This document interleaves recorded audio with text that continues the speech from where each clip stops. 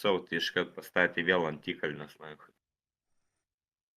Ir viskas. Karočiui, žiūrėk, Wolfai, aš tau pasakysiu, jeigu tu važiuosi kai kada su teisėm ir bus 2 lavonai bagažiniai, va kaip vėjai buvo iš karto teisės prapisė. Tai aš įsivaizduok, aš dar nepilnametis motos buvau, kai čia važinėjau pripisęs, kad čia su mašina ne savo. Gėrėm ten, žinai, prie ežero, kad čia. Tai sako, nuvažiuok, sako, šnapsą, žinai, paimsi, kad čia šokau už mašinos vairo. Nuvariau iki načnyko ten tokio, kad čia 2 litrų šnapso paėmiau. Pisau saulučių, kad čia vėl, žinai, atgal. Ir pirmas beteisių girtas. Bilietas baigėsi, litrą. Pasirodo dar universalę bagažinį, kad čia dar žmogų kominį vežiausi, net nežinojau. Tas tipo sėdėjo ir atsigulė, kad čia mašina tipo pasnausti bagažinę.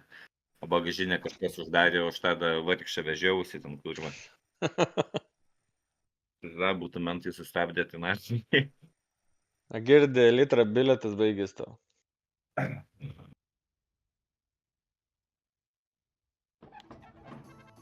Oi, tu nahui! Ali būtas. Oi, tu nahui! Nu, GG. Tu nahui, pizda! A, va dabar babkių bus. Tai tu čia tipo su taiga ištraukai dar pasakyti? Eik tu nahui, tai kiek tu čia laiko traukiai?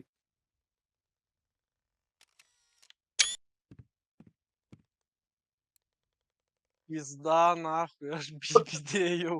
Ble, Ką, ačiū, bet aš tau spotą pasakiau, nahui. Kviesk Nimo.